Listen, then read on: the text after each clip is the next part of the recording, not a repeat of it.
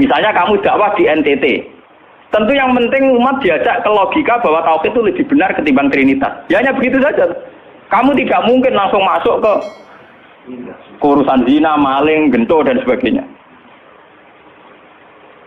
At-tadrid fi sunnah, proses dalam sunnah itu juga penting. Ini tahapan-tahapan dalam proses dakwah. Lah fatwa ulama itu termasuk fatwa yang begini-begini ini. Makanya dalam semua sejarah wali ini catat, mesti ada ulama formal, ada ulama sing ora formal. Dhisik ana ulama sing pro syariat kayak Sunan Kudus. Wah, selawase ra cocok bisa nang Kali Joko. Kok Kali Joko pokoke wong Islam wis bener, mulane penggemar wong Yogyakarta. Termasuk ora usah salat dari salate Mbak Kali. Atine wis salat. Wala kan boyo lali salat 3 Klaten Jogja mpoh kono. Sunan Kudus kafir cara dene. Selawase ra cocok. Ya tapi bagaimanapun, bagaimana mendakwai orang Islam kawasan Jogja, Klaten, Solo, golongane pinggir, kalau tidak model Kali Joko. Nyatane ya tetep saiki Islam pirang-pirang, sing salat ya wis akeh. Paham ya? Itu dulu masalah betul. Sunan Kudus kiai fikih.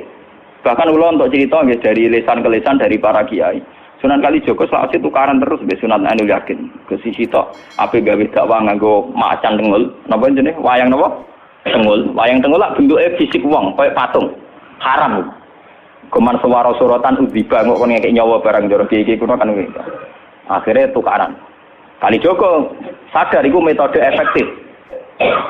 Walhasil akhirnya disuwarno kiai sepuh zaman iku Sunan Kudus, Sunan Ampel, terus ditenan ya saiki sedengan wayang kulit. Mergo wong gepeng ora urip. Ya tetep ana wayang tapi kulit. Artine iku ya gepeng artine kan gak urip. Ana ora urip iku kan ora perlu kon ngekeki nyo, iku setengah-tengah. Lah Sunan Kalijogo muni syahadat kan lho mok. Munine sekaten. Muni kalimat syahadat lho mok, muni kalimat sodo. Saking jawanisasi napa bae dene yakin putih ku sunat ya nganggone ireng terus. Kabeh foto wali songo putih kecuali Kalijogo. Dari TKB wonten napa? Kusumo. Nek tangga kula, bapak kula Tuban nang Kalijogo Tuban. Wong kula nate diburu tiang-tiang gara-gara terkenale bapak kula di warisan Kabeh wonten Kusumo. Saiki warise kula nu tamune kathah. Golek kabine sinten Sunan? Zaman kula enak mun tak dol lah ngopi ya.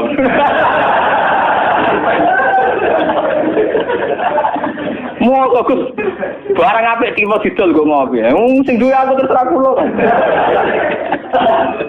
Oh ngenyawang tenan wong alim jujur bakat ono Kusumo. Payah tenan.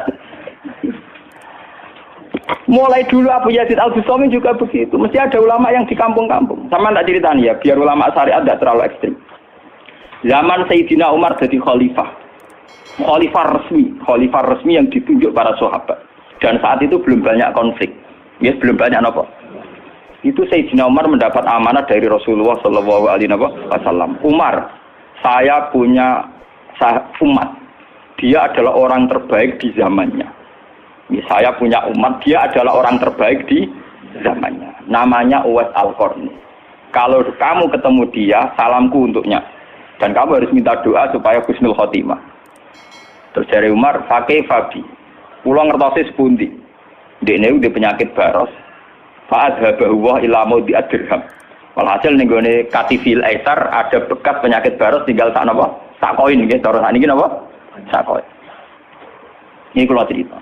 Dia punya ibu sendiri hidup di kampung Angon Wedhus. Walhasil Umar tiap ana tamu ya diblodori. Paham ya, anggere sing raine mirip-mirip ngono. Nah ora kutil kan maksudnya iku. Ora mau diadir. Mboten iki kula cerita nggih, ben sampean ngerti. Walhasil akhirnya suatu saat iku rombongane Uwais Al-Qarni dari Qurun Al-Qarni. Niku sowan Sayyidina Umar. Ketika ketemu sesuai sifat itu, Sayyidina Umar nangis di dunia. Uwais Al-Qarni mboten purun. Walhasil akhirnya yang memerintahkan ini Rasulullah. Uwais Al-Qarni purun nangis terus ditunggu. Lalu sing antik apa? Sayyidina Umar tanya, "Ya Uwais, saya ingin waktu supaya kamu mau ketemu saya." "Ndak ya Umar, ini harus pertemuan terakhir. Ini harus pertemuan apa? Terakhir." Walhasil semenjak itu tidak ketemu lagi sama Umar. Artinya apa? Dan itu saya yakin, sama ndak usah anut kula, keduren anut makom kula. Dan resiko sama mesti rawani. Artinya begini. ketika orang dengan izzatil Islam, ini catat betul.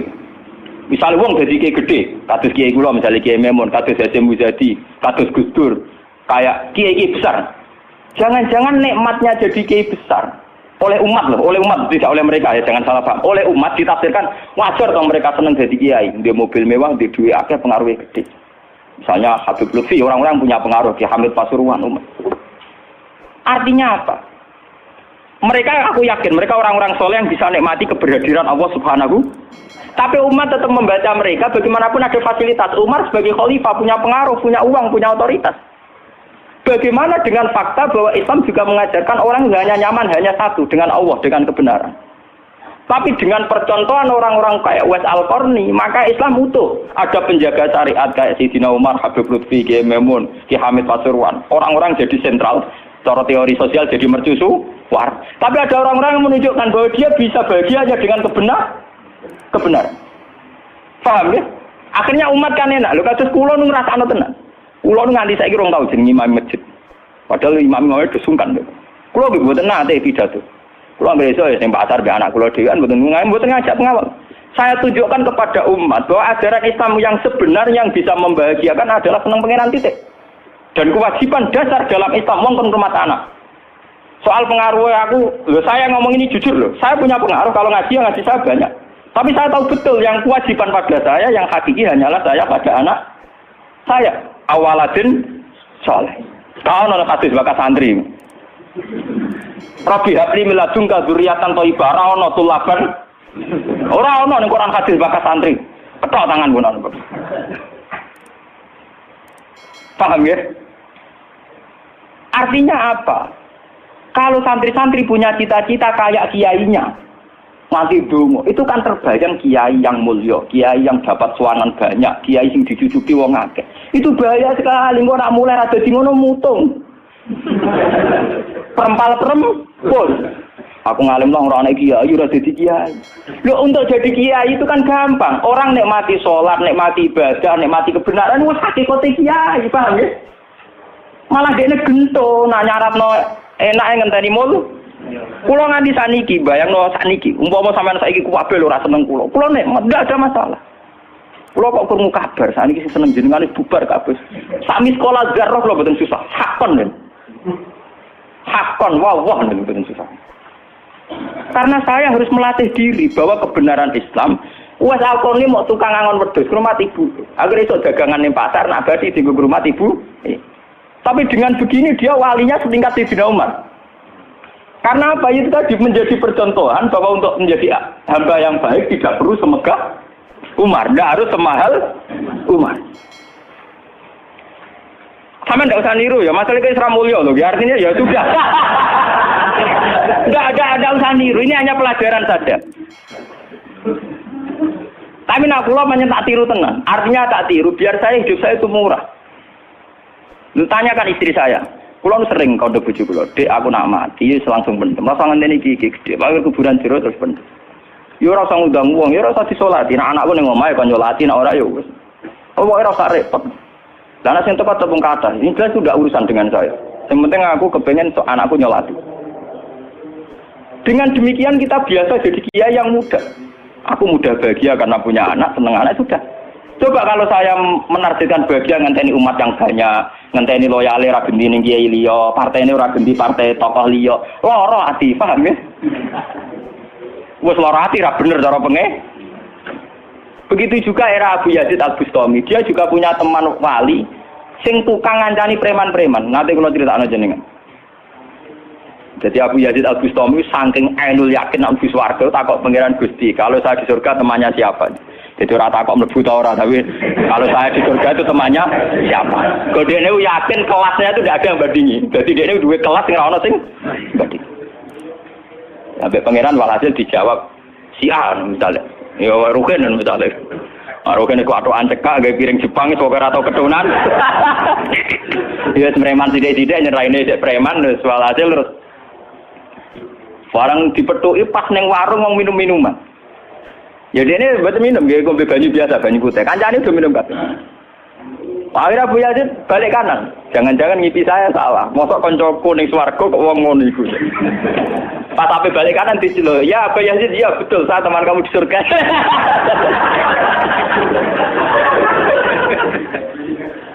Akhirnya tak kok Abu Yazid. Saya iku wali kelas atas kok kelakuanem ngono. Kula ngancani wong minum-minum niku dalam proses dakwahi mereka. Aku separuh wis tak tobat. Sing separuh tugas jenengan mriyang. Aku ya itu mriyang wali resmi kon nobat wong mrek. Jadi gampangane umat Gus Mek tekan mimpin Hasim Muzadi. Paham ya? Wafi aja terus ngetokno wali ini. Iya.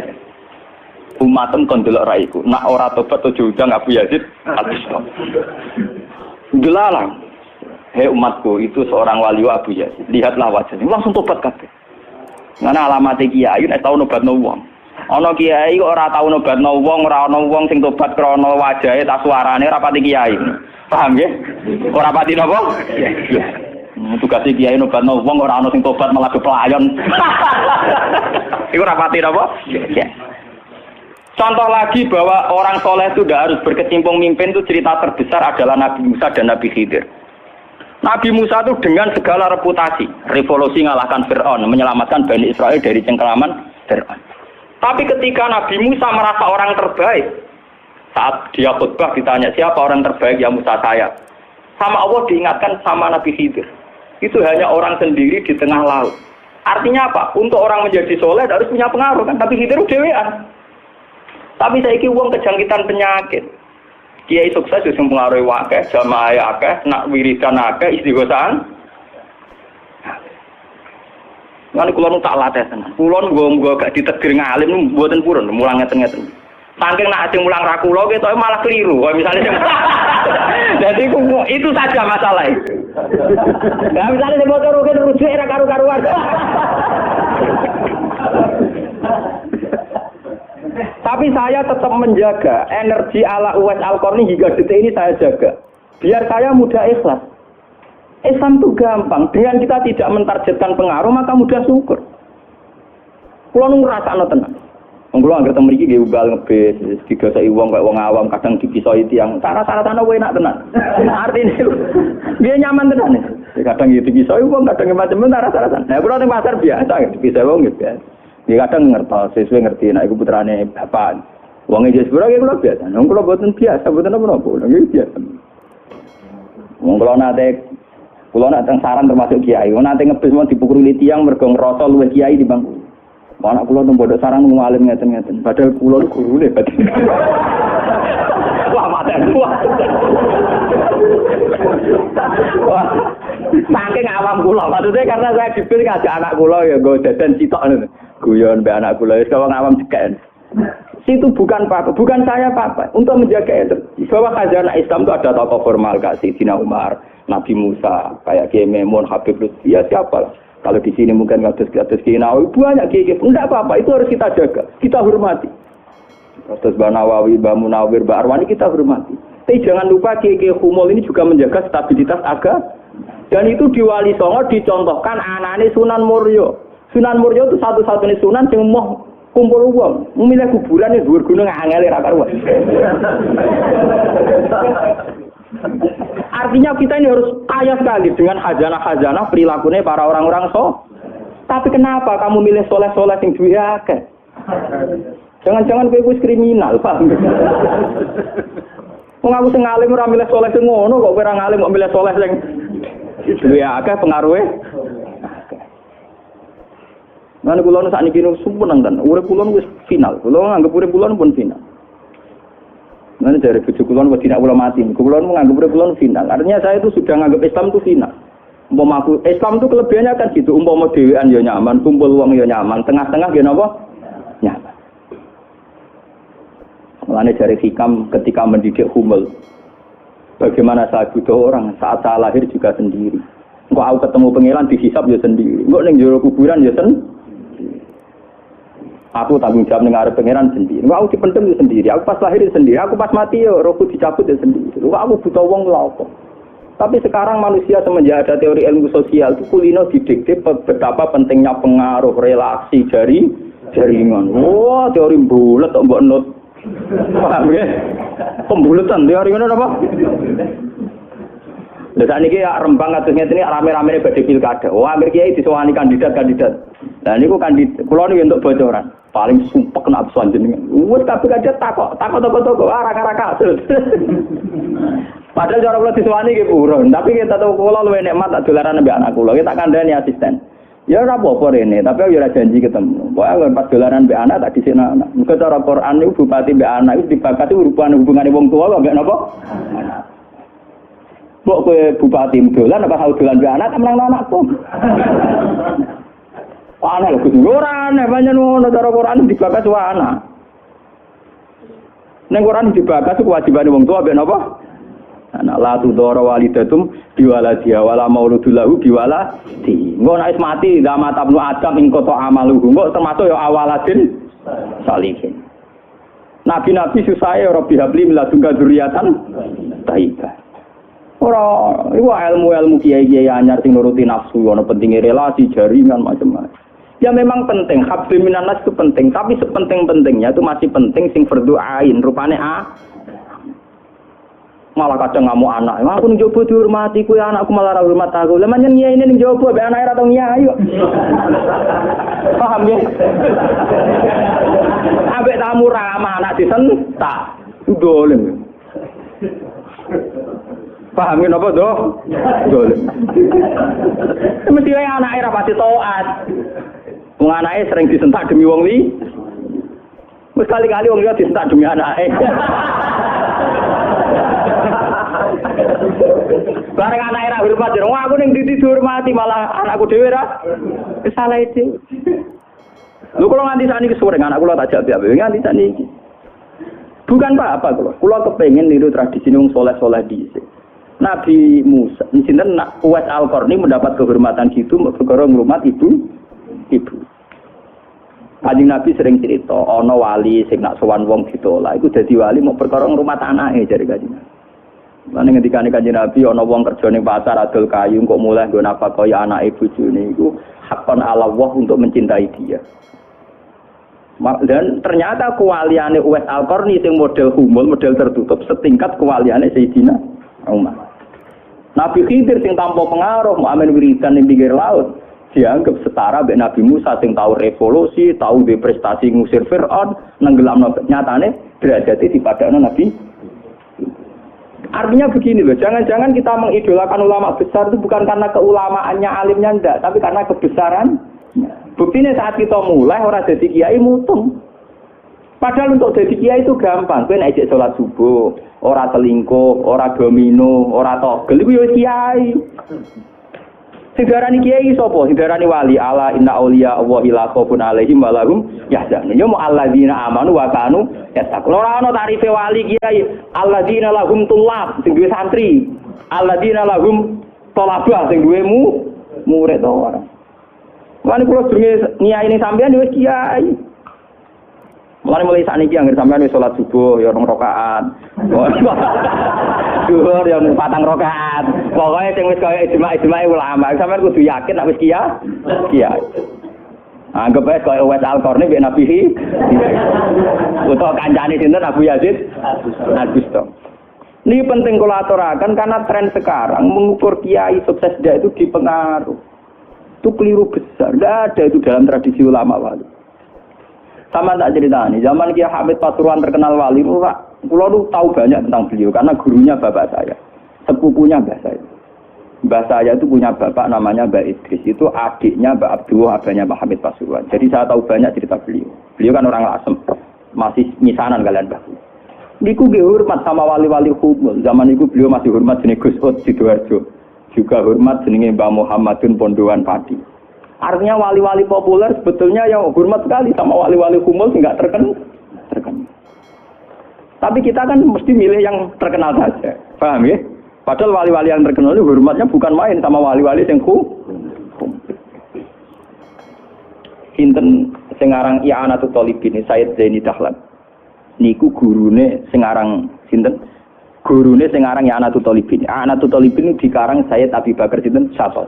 Niku muridnya Sayyid Zaini Dahlan. Nggih, muridnya sinten? Sayyid Zaini. Iku dia kanca wali ning pasar bakul kerabu. Iku angger Jumat ditiliki. Ya guyon. Suwe-suwe santrine gak trimo. Santri kaya Mustofa ora gak trimo. Wong alime ngono kok dijak guyon mbek bakul napa? Moga Jumat ditiliki. Saya ini sing rono. Dene takok. Wong ngoten jangan tidak tilu. Iku kancaku wae. Wong sing ilmu banding aku ya wong iku. Mikir murid. Lah iku Jumat berikutnya ditiliki meneh wis ra ono. Mau sempat misoi saya Zani, penyianati aku. Ketika ada orang lagi. Imam Syafi'i gimana? Imam Syafi'i itu orang alim kaliber. Dia itu kalau ijtihad hukum kok belum dikomunikasikan dengan Saiban Ar-Ra'i itu belum mantap. Imam Syafi'i itu mujtahid hukum, tapi kalau dia ragu, itu ngenteni kancane jenis Saiban Ar-Ra'i itu kan angon wedhus ning desa. Woi nek dikomunikasikno niku mantep. Dan itu mungkin setiap zaman mesti mungkin. Lah kula nu ngalami. Kula kan sering teng pasar. Ana mobil mau mandek. Ya mangke kula nggih biasa bakas hukum. Lah cara wong sira ro nek kula numpak dokar, cara wong ro kan wong numpak dokar dihormati wong numpak mobil. Tapi perasaan numpak mobil kan tetep ngakoni kula wong alim. Kula nu nate badhe teng pertelon iki kisah nyata. Nggih teng pertelon badhe bebal ngenteni mobil. Ya ana sing roh nak kula, Gus ana sing ra roh walhasil. Wonten mobil kiai gede mandek wonten kula. Mboten sareng kula. Ya wong janggal. Itu mungkin dan itu menjaga peradaban sehingga yang besar tidak angkuh mergo ana kiai-kiai sing humul. Cuma kula niku humule rapati sukses. Mari sing muncul-muncul niku mari ra jelas sing bareng. Itu bagus itu untuk menjaga energi syukur biar orang itu syukur jadi kiai tidak gantung pengaruhnya banyak, nggak gantung punya santri banyak, tapi nyaman jadi kiai karena ngugemi kebenaran, meyakini apa? Kebenaran. Dan itu penting kalau aturaken. Lalu kula nganti sakniki kepengin ngoten. Cuma ora sukses.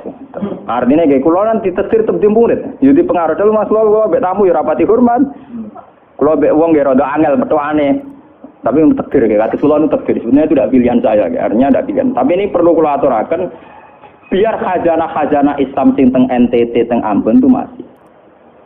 Kalau nanti diceritani dia memang zaman Khalifah Harun Ar-Rasyid niku setiap begundal dibuat teng fak-fak teng Irian apa? Jaya. Sama seperti Inggris orang-orang nakal dibuat teng Australia. Niku nak dirunut dia ada misi dakwahnya. Ternyata dari Irian itu turunan Arab itu banyak. Sehingga ada Islam teng Irian nanti tok Timur Leste yang dulu masih Timur. Malah nih PM Timur dia namanya Martin apa? Al-Qatiri itu turunan apa? Arab. Wong Timur Leste kok tahu di WPM turunan Arab. Ini berko zaman sinten Harun Ar-Rasyid. Ini begudal-begudal dibuat teng fak-fak, napa? Teng fak. Niku anak turune termasuk tokoh-tokoh sing teng putih, teng Timur Leste, teng putih. Ini wonten sejarah. Artinya apa? Apapun kumulnya perjalanan umat Islam tetap barokah bagi yang lain. Tapi kenapa kita harus cari yang terkenal? Kiai-kiai kumul barokah. Tapi aja kelainan terus kuper loh, gitu. Terus percaya ngipi jimat lah. Mari saiki ku anggere kumul identik perkara jimat sampai napa? Kere. Kumul perkara ning gunung budak ngenteni apa? Nah, iku sing repot ora kumul klenek jeneng. Nak kumul nek mati Allah ora kok nek mati ngenteni keris ceblok, paham nggih? Kumul kok perkara ngenteni napa? Keris. Dan niku artinya begini nggih, kula matur kula bolan baleni. Zaman Ki Hamid Pasuruan niku wonten jenenge Gus Ud Sidoarjo. Zaman Ki Bisri terkenal ngalim. Niku sering diskusi hukum ambek jenenge nak boten lepat niku subhanallah. Mbok kiai tangga Ki Mabrur. Ngalim-ngalim wong Rembang kota namine sinten? Ki Mabrur. Zaman Mbah Zubair terkenal, Mbah Zubair Abeba. Niku nggih sering diskusi kalian Mbah kula. Di Mbah kula nggih muridé Mbah Mahfud At-Tirmidzi. Bahkan dulu ketika naskah Mbah Mahfud At-Tirmidzi hilang itu dulu dicari di Lasem. Di kiai yang saat itu belum terkenal karena masih Gus. Ya niku jenenge Mbah Mansur. Niku murid Mbah Mansur bin Khalil. Lah Mbah Khalil itu santri sing katibnya Mbah Mahfud At-Tirmidzi. Jadi banyak sejarah-sejarah di mana kiai-kiai top harus berburu sama kiai-kiai humul, ya kiai-kiai napa? Kiai-kiai humul. Nah saat ini sing dadi repot kan sing kiai top nyepelekno kiai humul, sing humul perkara keris mbek akil. Iku padha masalah ini. Padahal andekan seperti cerita-cerita dulu Imam Syafi'i cari Saiban Ar-Ra'i, Sayyidina Umar cari Uwais Al-Qarn. Itu akan stabil Islam. Artinya stabil begini loh. Orang merasa Islam itu nyaman bukan karena derajat-derajat duniawi. Selama ini kita akan begitu. Wajar kiai ayem, umpamanya di mobil di duit. Artinya umat itu belum bisa menafsirkan nak kiai ayem karena tingkat kecintaannya pada kebenaran dan maksud kula. Paham ya? Tapi dengan ada kiai yang tidak terkenal di rapati di duit, kok tetap nyaman, berarti kan bukti tingkat kenyamanannya dia faktor kebenaran. Dan dua kubu ini harus ada terus, paham ya? Untuk menjaga kestabilan Islam. Dan dalam semua sejarah itu ada, pulau punya datanya. Lu Abu Hanifah terkenal lu nembe gara-gara murid-muridnya. Abu Hanifah terkenal rumah kamu koyo Imam Syafi'i boten. Dekne iku tukang kain ning pasar. Lu bedino ya dol kain. Adene wong alim, angger wong rono sebule rape tuku kain, perkara takok hukum. Angger wong debat ora perkara nyang-nyangan, bantah-bantahan ambek sing takok. Terus terkenal wong alim diadol kain. Akhirnya populer. Dadi dekne terkenal keulamaan iku kok toko kain. Akhirnya diabadekno saiki alene bakal kain ngoten mawon. Ya ana ulama terkenal liwat jalur toko napa? Sesuk tokone bangkrut mergo wong rono takok hukum. Niku sinten? Abu Hanifah. Saniki mboten rapati ngalim ngetokno kiyaine. Kula niku bertahun-tahun di kanca sing ora kula ngalim nggih kathah. Saniki yo getun mergo anak kula wong alim. Nek kaya kula wis repot kadung ngonangan repot. Muga-muga kaya roken humul. Mun kula terusaken nggih. Jadi wau guys, jadi fatwa ulama yang tidak ijma itu tidak harus diikuti. Wal ulama fil haqiqah umar fa ulul amri. Al-Fatihah. Assalamualaikum warahmatullahi wabarakatuh. Semua ulama itu ijma kalau riba itu haram. Lah riba itu apa? Mengambil kadar lebih dari uang pokok. Tapi semua sistem keuangan dunia meskipun itu di negara Islam yang jenenge bank rumus dasarnya suku bunga. Lah makanya kayak sama tak ceritani. Hukumnya bank mulai NU lahir 26 sampai NU wis tuwek saiki 2000 pinten? Tiap muktamar mesti ana sing takok. Yo tetep dijawab khilaf. Senengane muni telu ka mulai dhisik yo telu. Wis tambah papat. Biasane mainstream pertama riba mesti haram. Wis suwe nek riba mesti napa? Haram. Lah nek takok, "Lah bank itu termasuk riba apa ndak?" Orang mesti haram. Kok munine riba itu haram. Kalau ceritani nggih. Karena kiai-kiai yang meyakini riba haram itu betul. Kalau riba haram itu betul. Tapi kalau yang meyakini bank itu riba itu tidak mesti benar. Bank loh. Karena begini. Wa amma umara ujuri. Anapun te pira-pira pemimpin sing sesat, sing lajut, atau sing zalim. Iku fabi ma'zilin. Mongko iku kelawan kapecat ora layak nyandang ministihqa ki wujubi taat saking keberhaan diwajibi taat lahum kedue umara ujur. Qala Sa'id bin Jubair, nazalat tumurana hadil ayat ikla ayat fi haqqi Abdullah bin Hudzafa as-Sahmi. Isba'atan alikane ngutus ing Abdullah bin Hudzafa sapa Nabi kanjeng Nabi sallallahu alaihi wasallam. Amiron ing dadi komandan. Komandan ala sariyatin ing atase siji pasukan sak pleton ta sak kompi. Wa an Ibnu Abbasin annaha nazalat satemene ayat turun fi sa'ni Khalid bin Walid. Ba'asa ingkang ngutus ing Khalid sapa Nabi kanjeng Nabi sallallahu alaihi wasallam amiron Khalid dadi pemimpin komandan ala sariyatin ing atase siji pasukan sak pleton sak pasukan. Wa fiha lan iku tetep ing dalam syariah Ammar bin Yasir ti Ammar bin Yasir. Fajara mongko terjadi bainahuma antarane Ammar lan Khalid bin Walid apa ikhtilafun apa persulayaan fisen dan perkara. Panazarat mongko tumurun apa hadil ayat ila ayat. Wa umira lan den perintah sapa Ammar bin Yasir bito ati ulil amri kelawan taat ning penguasa. Fakhina idzin mongko ing dalem nalikane mengkono-mengkono perkara. Maksude peristiwa perang antarané komandan lan anak buah. Fal muradu mongko te perkara kang den kersakno bihim kan ulil amri ku maro usaro ya iku pira-pira komandan perang, komandan pasukan perang. Kala dawuh sapa ba'dun sebagian ulama, taatu wa taat ning Allah wa rasulih lan taat ning utusane Allah wajib Quran kelan pasti. Wa taatu ahli ijma utahe taat ning gone pendapat sing diijma'i ulama iki wajib Quran kelan pasti. La wa amma taatul umara anapun te taat ning penguasa wasalatin pira-pira raja iku fal aksar mengko sing akeh wa ana saat menawa taat takuno taat muharramatan haram agake haram li annahum kana saat menawa umar lan salatin kula yak muruna ora padha perintah sapa umar lan salatin ila bidulmi kecuali kelawan lacut kecuali kelawan rebu lime wa takuno lan hale kadang-kadang ana apa taat wajibatan wajib bihasabi dzanni sebab zon ad-dhaifi kang apes fakina izin mongko nalikane mengkene napa nggih takunu muharramatan ning gone duafa niku napa umar sing salatin yuh malu den tanggung napa ulul amri alal isma ing atase isma wa edanan kan mana inna a'malal umar satemene pira-pira keputusane pemimpin wasalaten lan pira-pira raja iku mestine mauqufatun iku den kandhekno utawa den tangguhno ditunggu dulu ala fatwal ulama fatwa isamin ing atase fatwane pira-pira ulama wal ulama utai ulama fil haqiqat ing dalem hakikat iku umaraul iku pemimpine para pemimpin faha ula mongko te mongkon ulama sing kenal ijma ya iku ulul amri iku hakikat sing disebut ulul amri faha ula mongko te mongkon ulama sing alal ijma ya mboten iku ulul amri iku sing kasebut ulul amri nggih kula baleni nggih faha ula mongko te mengkono ulama sing alal ijma nggih mboten ulama sing ijtihadiyah iku ulul amri iku hakikate ulul amri niki mun kula niati saking dalam kepen ngaji masalah ulul amri nggih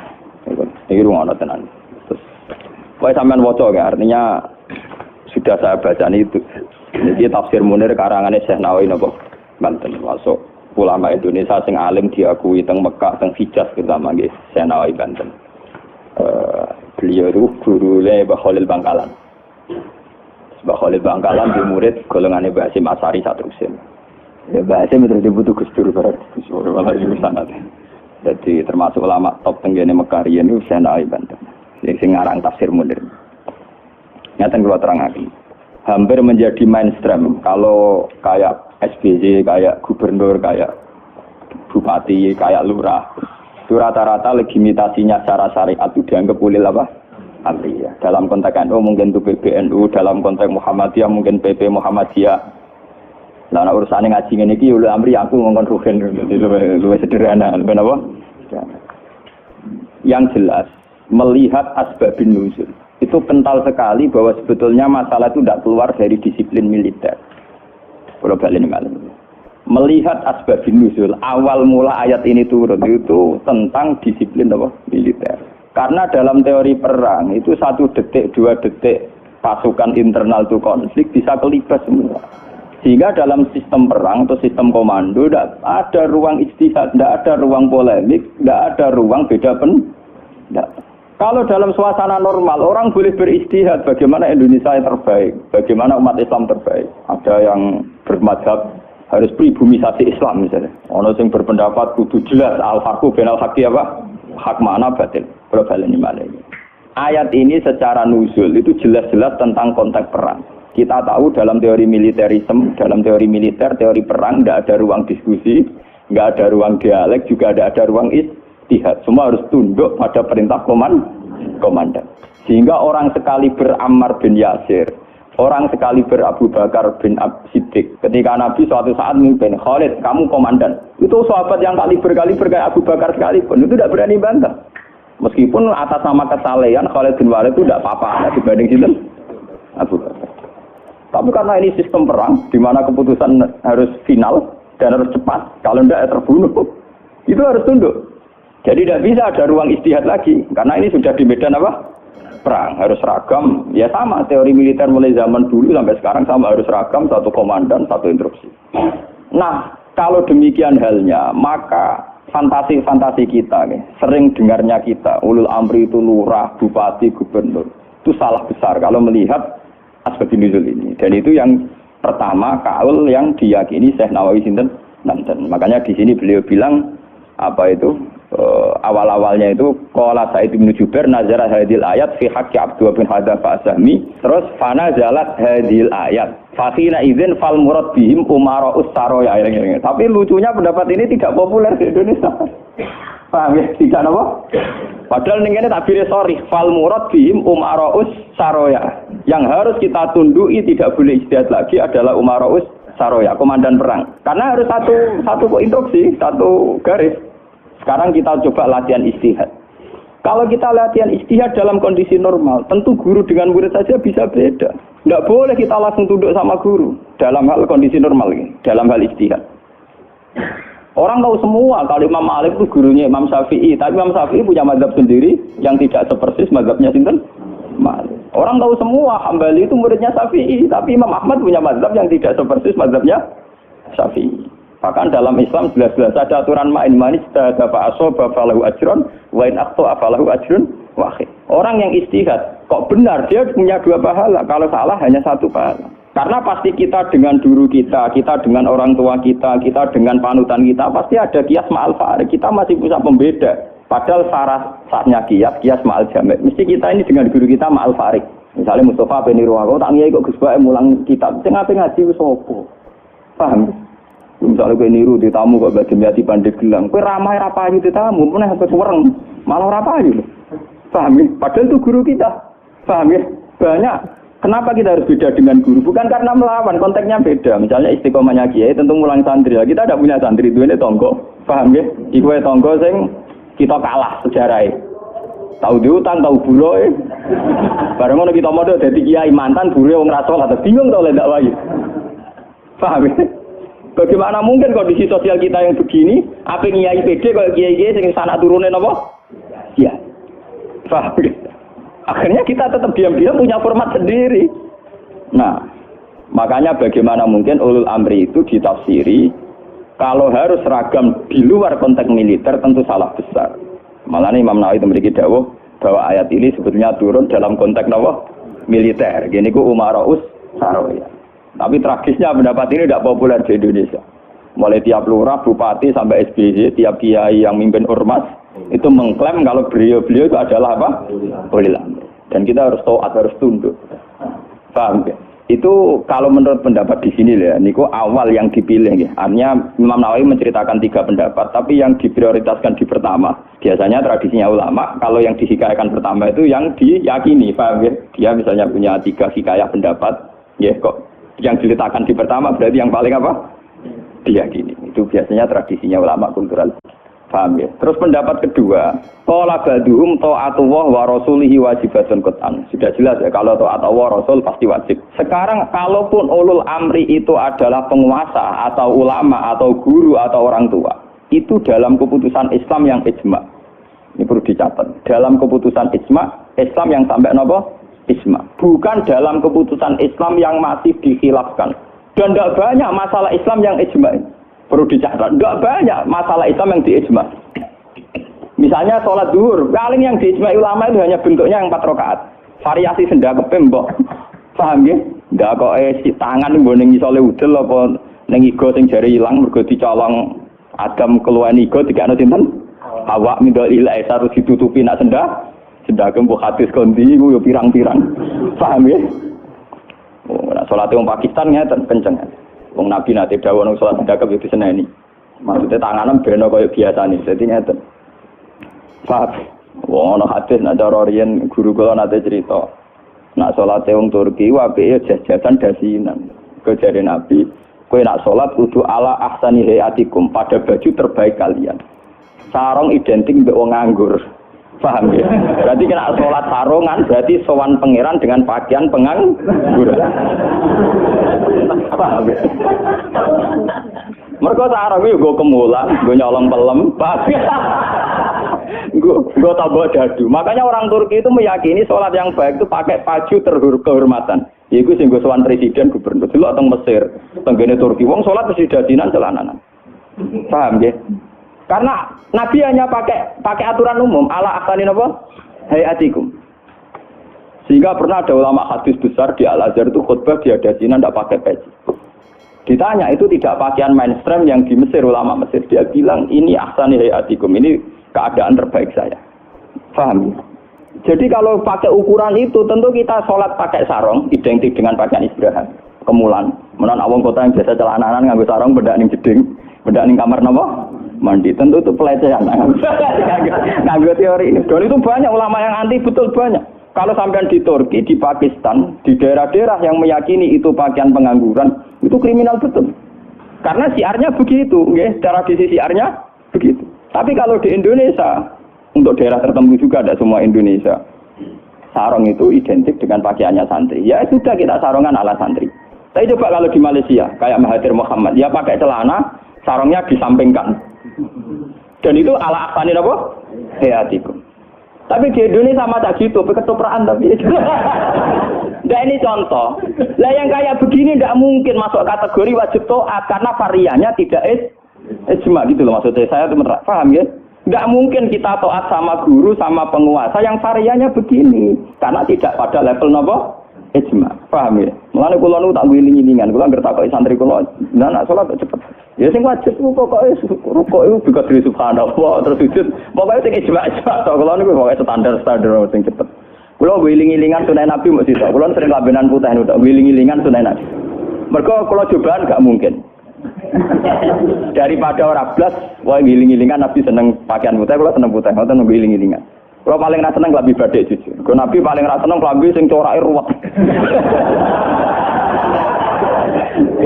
Mergo Nabi nate diadhi batik iku menolak karena corake napa keruwetan. Jadi taubun lahu a'lamu cara Indonesia napa? Batik. Makanya itu untuk zina. Biasanya kalau dalam tradisi Islam yang untuk zina itu perempuan, napa? Makanya desain klambi takwa itu tidak ada yang batik karena memang kalau yang kaitan takwa itu identik dengan polos. Niki cerita sunnah loh guys.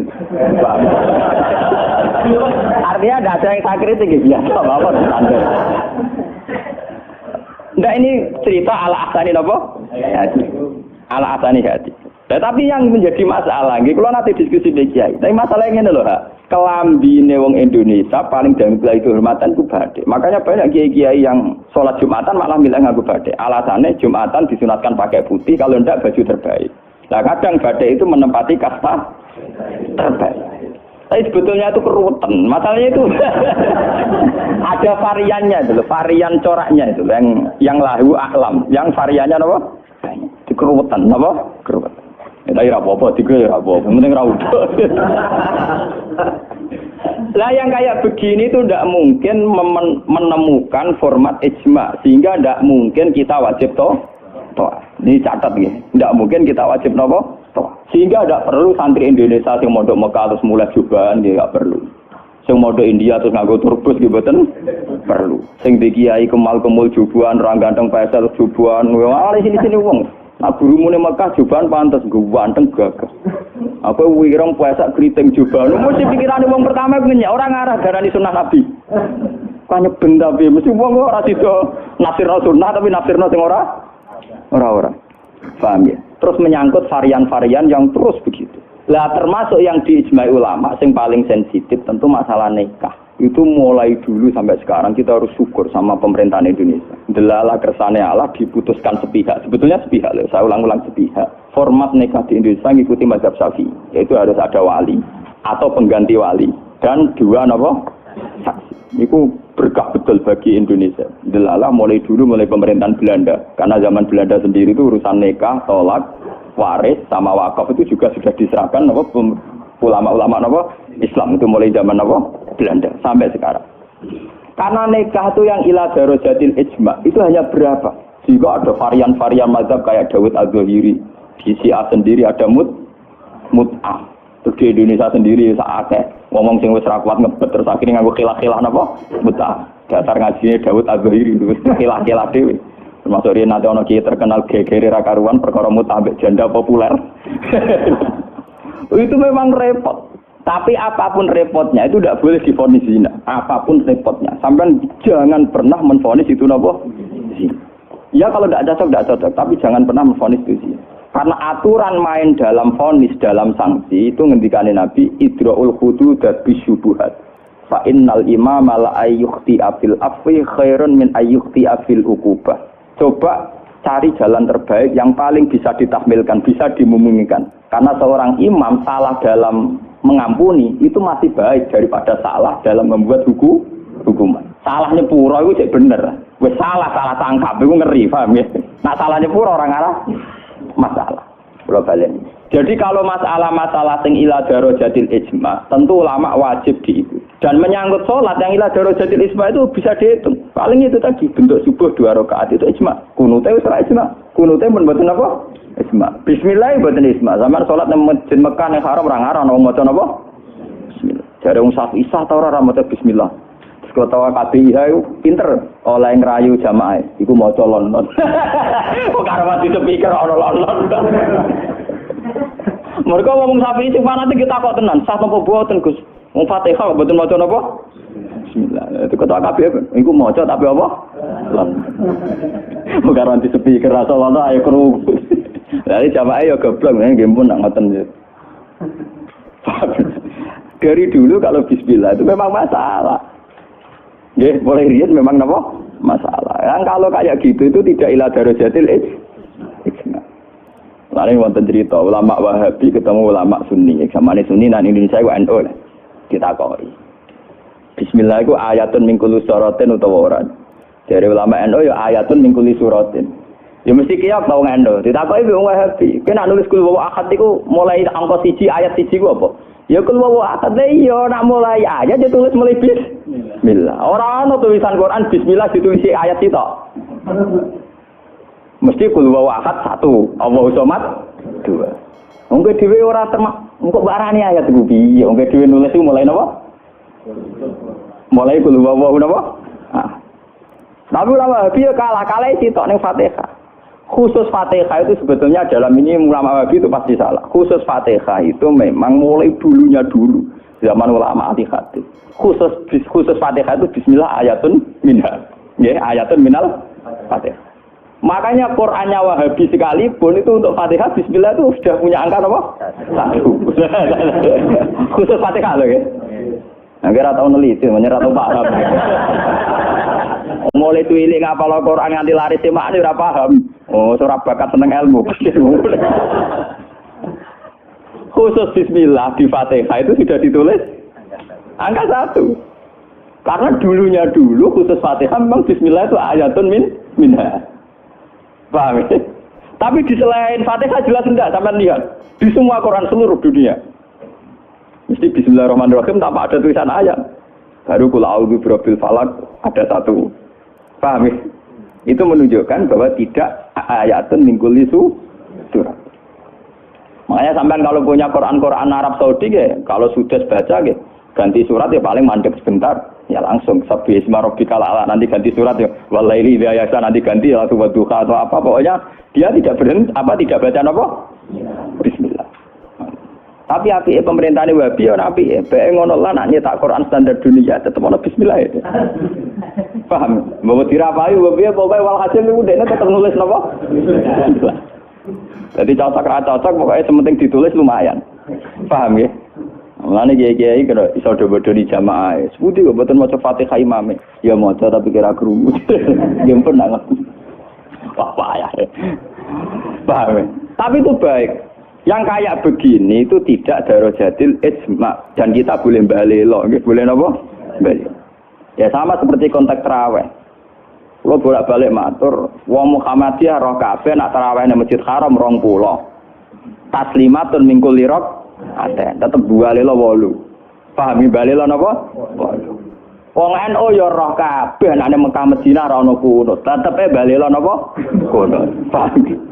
Paham ya? Di Muhammadiyah balelo ning tarawih, NU balelo ning itu sah secara ilmiah karena tidak darajatil ijma.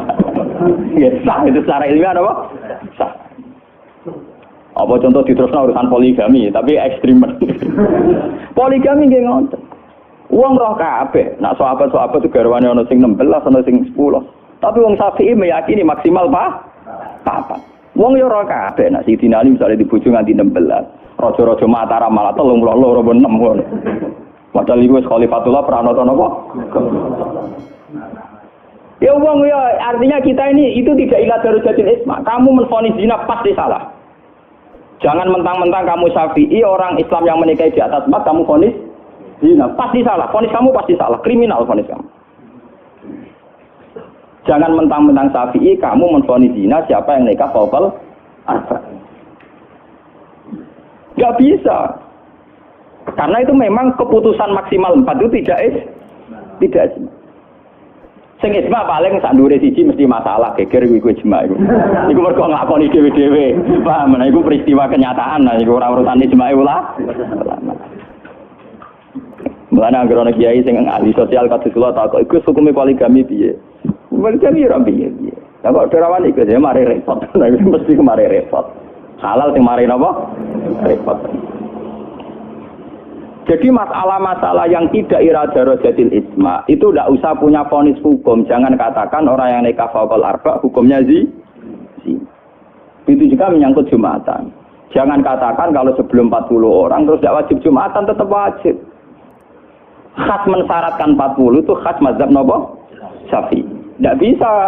Misalnya di desa-desa terbelakang banyak yang jumlahnya belum 40 dan mereka tetap harus Jumatan. Dalam kitab-kitab Syafi'i sarannya juga gitu. Jika dunal arba'in sebaiknya tetap Jumatan. Meskipun nanti sebaiknya a'aduha duron. Meskipun nanti sebaiknya ya ada apa? Karena bahaya kalau nanti ada Jumatan disyaratkan nunggu orang 40. Nggak ada dalam tradisi wong latihan berjuang langsung di umat kira 40. Iku apa-apaanan.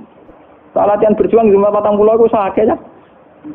Nabi dadi nabi selawase ana sing di umat loro telu. Nutrimo wong sapi di umat minimal bro 40. Ora ngarah. Paham ya? Ini kalau baleni malih. Kalau pendapat ulama itu ila darajatid ijma baru wajib ditundui. Padahal masalah yang ijma itu bisa dihitung dengan jari. Misalnya sholat 5 itu paling bentuk rokaatnya yang ijma. Bentuk fatihahnya ya misalnya Hanafi tidak harus fatihah. Pokoknya mata yasaro minal Qur'an. Macam-macam gitu. Ya, mata yasaro nopo minal. Kalau Syafi'i bentuknya harus fatihah. Tidak harus surat. Itu yang tidak ijma'nya. Begitu juga menyangkut iktidal baca apa, rukuk baca apa, sujud baca apa juga tidak pernah ijma'. Sementing ada tumak ninah, bikot dari subha. Nah, ya ukurannya bacaannya pakai begitu. Kalau diteruskan juga masalah kiroah, ada Ibnu Katsir, ada Imam Asim, ada Imam Amir, Ibnu Amir dan sebagainya. Sehingga kiroahnya Quran macam-macam. Cuma kita ngikuti kiroah atau Asim riwayatin apa Hafiz yang kita yakini dianggap kiroah apa masyhur. Paham itu, kalau terusakan ini. Jadi ini sing menyangkut isma. Lah ini sing radi ekstrim Imam Nawawi ngendikan wa amma ta'atul umara wa salatin fal aksar annaha takunu muharramatan. Niki ekstrimen. Jadi kalau taat pada penguasa atau raja itu kebanyakan konteksnya, kebanyakan kasusnya itu malah haram. Li annahum la ya'muruna illa bil paling banter kebijakannya berbau napa? Zalim. Nah ini kok ekstrimen ya. Jadi Senawi Banten itu ekstrim. Dan dalam hal ini saya tidak sependapat dengan Senawi Banten. Karena kalau di kitab-kitab lain itu rata-rata meyakini vonisnya jangan haram, tidak wajib. Tidak wajib dulu. Kalau beda ini kalau contoh. Kalau dalam usul fikih dikatakan haram dengan tidak haram itu beda sekali. Sama seperti hukum dialogis. Misalnya Mustafa kere itu parah. Nah orang sugih itu ya orang anti kere tapi orang anti sugih. Misalnya Ruhin goblok itu parah, tapi nak darani Ruhin itu gak ngalim, tapi orang anti goblok. Nah di sini Imam Nawawi menfonisnya ekstrimen. Ta'atul umara itu haram. Ini ku ekstrimen. Sebetulnya dirumuskan dulu tidak wajib, ya. Urutannya apa? Tidak wajib. Lah tidak wajib itu bentuknya bisa haram ketika maksiat. Tapi ya kadang-kadang naik ke wajib. Kalau itu menjadi maslahatul ra'iyah. Paham ya? Juga bentuknya bisa sunnah. Kalau baleni malih ya. Jadi tentang usul fikih ya, dasar-dasar ilmu usul fikih wonten aturan main ngeten ya. Pertama misalnya hukum itu wajib. Ada tidak wajib. Lah tidak wajib itu bisa sunat, bisa mubah, netral, ya, bisa khilafil aula. Jadi jangan divonis haram dulu. Ya, jangan divonis haram. Dan kita ngikuti tradisi Sunni bahwa taat kepada umara selagi tidak memerintahkan barang haram itu taatnya wajib. Selagi tidak memerintahkan barang apa? Nggih, jadi misalnya SBY punya kebijakan masyarakat harus bayar pajak misalnya, yang pada kadar yang wajar, itu ya wajib. Tapi kalau memerintahkan haram maka menjadi apa?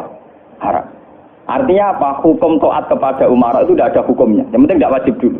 Nanti melihat kalau konteksnya maslahat menjadi wajib. Kalau tidak maslahat tapi tidak haram, ya nanti ada urutannya. Kalau agak baik, ya mungkin sunat. Baiknya sedikit, ya agak sunat. Kalau setengah makruh, ya khilaful aula sesuai urutan-urutan di fikih. Karena itu banyak itu ketentuan-ketentuan di fikih. Lah yang menjadi masalah ini sama dengan tenan. Bagaimana kalau sesuatu itu taruhannya dengan stabilitas? Niki rungokno tenan. Entah itu stabilitas politik, entah stabilitas ekonomi kayak kasus Abang Senturi itu kaitannya jenenge apa? Stabilitas. Niku paling ngeri dalam semua tradisi kekhulafaan dulu. Misalnya Yazid itu jelas-jelas gendut. Yazid bin Muawiyah jelas-jelas gendut. Dia adalah aktor di balik pembunuhan Said Husain di Karbala. Tapi kalau dilawan akan terus berdarah-darah umat Islam.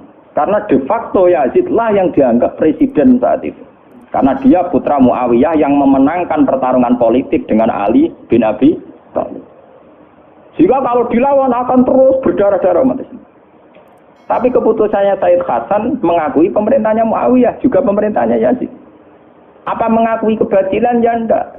Hasan hanya ingin bilang bahwa stabilitas umat berdarah-darah harus dihindari. Perang berkepanjangan juga harus dihindari. Sehingga ketika era Said Hasan disebut amil istima. Itu paling susah. Dan itu mulai dulu sampai sekarang masalah. Begitu juga stabilitas ekonomi. Semua ulama itu ijma kalau riba itu haram. Lah riba itu apa? Mengambil kadar lebih dari uang pokok. Tapi semua sistem keuangan dunia meskipun itu di negara Islam yang jenenge bank rumus dasar itu suku bunga. Lah makanya kayak sama tak ceritani. Hukumnya bank mulai NU lahir 26 sampai NU wis tuwek saiki 2000 pinten. Tiap muktamar mesti aja ono sing takok. Yo tetep dijawab khilaf. Senengane muni telu ka mulai dhisik yo telu. Suwe tambah papat. Biasane mainstream pertama riba mesti haram. Wis suwe nek riba mesti apa? Haram. Lah nek takok lah bank itu termasuk riba apa ndak? Orang mesti haram. Kok mune riba itu haram. Kalau ceritani nggih. Karena kiai-kiai yang meyakini riba haram itu betul. Kalau riba haram itu betul. Tapi kalau yang meyakini bank itu riba itu tidak mesti benar. Bank loh. Karena begini, dulu ekstrim-ekstrimnya kiai tenggene Indonesia termasuk Kiai Rehan Kudus. Termasuk guru-guru saya ekstrim. Ini kemauan sempat fatwa khusus bank negara itu boleh. Masih bilang gitu. Lihat di keputusan-keputusan gitu. Yang masih punya ruang boleh bank apa? Bank negara. Alasannya dalam sistem moneter modern tidak bisa menghindari yang namanya bank. Meskipun rumus bank tentu suku bunga atau melibatkan bunga. Tapi yang boleh itu kadarnya kayak apa? Tentu ad-daruratu muqaddaratun biqadriha. Ada aturan sesuatu yang nggak bisa dihindari. Misalnya kasus deflasi atau mengalami pengurangan nilai tukar. Misalnya begini. Tidak mungkin kan orang yang punya uang tahun 82 juta. Yang saat itu adol sapi gede. Orang nabung di bank 2 juta tahun 80. Tentu 2 juta itu jual sapi besar. Regane rong juta. Kan nggak mungkin 2010 sing sapi disepakati rega 8 juta. Tetap dibayar rong juta. Paham ya? Masa yang kayak itu termasuk riba? Toh tidak keluar dari Rasul Mal. Rasul Mal dulu rong juta kan aslinya sapi itu. Bagaimana mungkin kamu katakan itu keluar Rasul Mal? Rasul Mal sapi regane rong juta tahun 80. Saiki sapi tahun 2010 mesti regane misalnya 10. Paham? Lah nek 8 juta mbok anggap riba. Lho Rasul Mal kok sapi? Sapi nek saiki regane 10 juta. Lha iku sing dadi masalah ulama. Makanya dulu ketika Rektor Al-Azhar sing jenenge Muhammad Saltut, kenapa Saltut itu populer di dunia akademik? Mergo dia tahu kontroversi mengatakan jika riba itu ada juz'un yasirun yang menutup angka penyusutan uang, maka itu belum sampai kategori apa? Riba. Cuma sing dadi masalah di Jawa yang kita alami. Terus yang diakui syariat kan hanya terus pakai emas. Sementara terus wong desa pakai sapi, mergo ora duwe emas. Misalnya begini, ini pengalaman saya nggih. Kulo nu sering ngani konflik tangga-tangga masalah ngoten. Misale adike mantu, cara kuno rak diutangi kakake. Mbok Gus pokoke riyen kula utangi pedhet. Pas niku payu 400.000. Tahun 80. Saiki tukarane wis ra rukun tahun 2010 kiyaine wis aku. Mbok Gus pokoke riyen kula utangi sapi pedhet. Lah iya dhisik mok 400.000 saiki tak tor 400.000 jare sing utang oleh dolim. Anak saya tok pitik telu.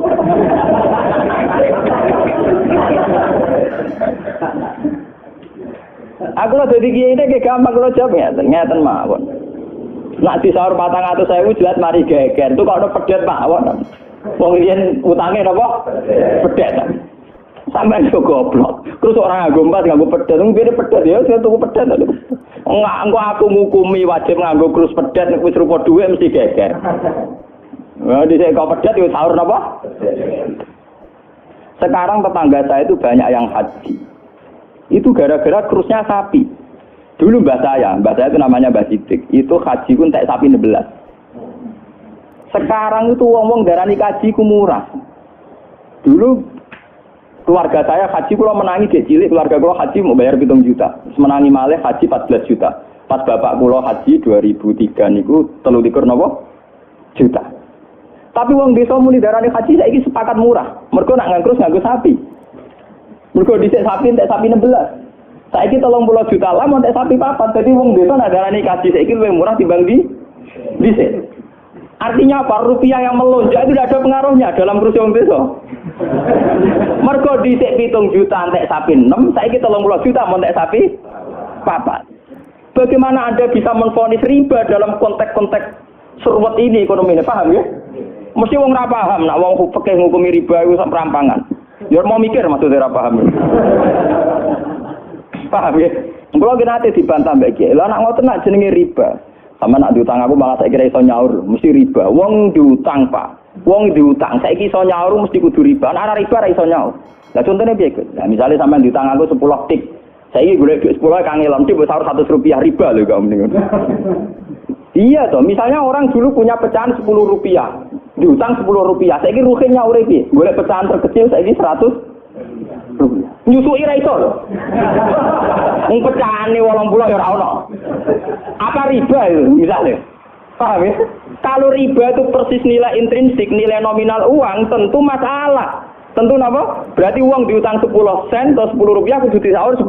Golek ini ning ndi? Paham ya?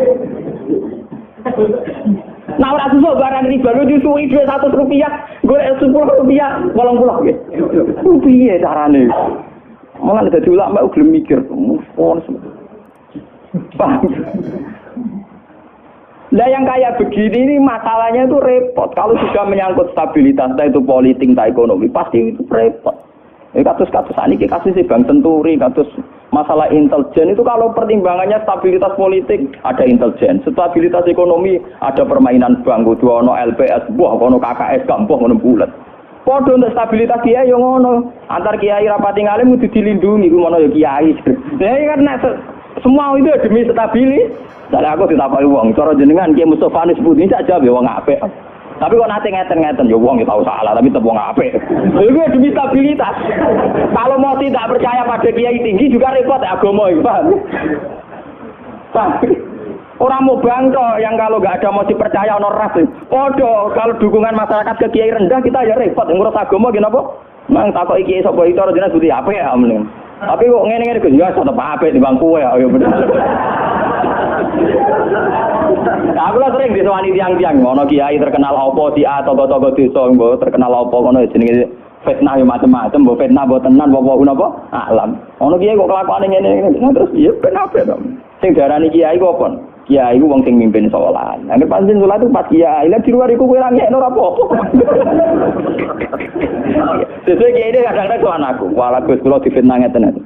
Ku yo goblok. Kiai kok di luar urusan salat. Nek penting lu anggere salat ke rukuk makmum rukuk kabeh, pas ke sujud kabeh ku jenenge kowe pas kiai. Paham nggih? Di luar iku 50-50. Oh aku sing ngalime perasaanku ngono kok kowe kok repot. Aku ora wis kiai ngalim, perasaanku dadi kiai pedak mulang amne. Ora mulang wis rapati napa? Iya. Lho hak kontak kok itu gua nganti sakniki biasa teng pasar lungguh teng parkiran iki lungguh teng isor iki biasa. Ya tiang-tiang lunggune sepeda motor dhuwur kadang ya wonten sing ngamuk. Wis ono Gus Bak, nah kowe bilang, aku nyai pedak mulang. Kenapa ngene iki ora pasti apa? Cuma tetep wong saleh, nek tak omong ya. Aku tetep wong saleh. Lalu kula ulama paling ra tau tersinggung. Mboten ate kula tersinggung, kali rukun tak kontan nurut mboten tersinggung. Iki biasa mah. Ya ira nurut itu artinya jadi akal. Jadi pertimbangan. Ya apik jadi akal lah. Kudune seneng dhewe santri jadi duwe akal. Kadang kita ini berlebihan, ngongkon wong liya juga taat di luar konteks urusan agama. Kadang kita nyuruh orang itu kan hadzun nafsi. Misalnya aku jadi kiai di omah mewah, tentu kepengen ono pot sing indah, ono bunga sing indah. Ngongkon santri wajib nurun, itu kan aku nafsu. Saat aku kepengen di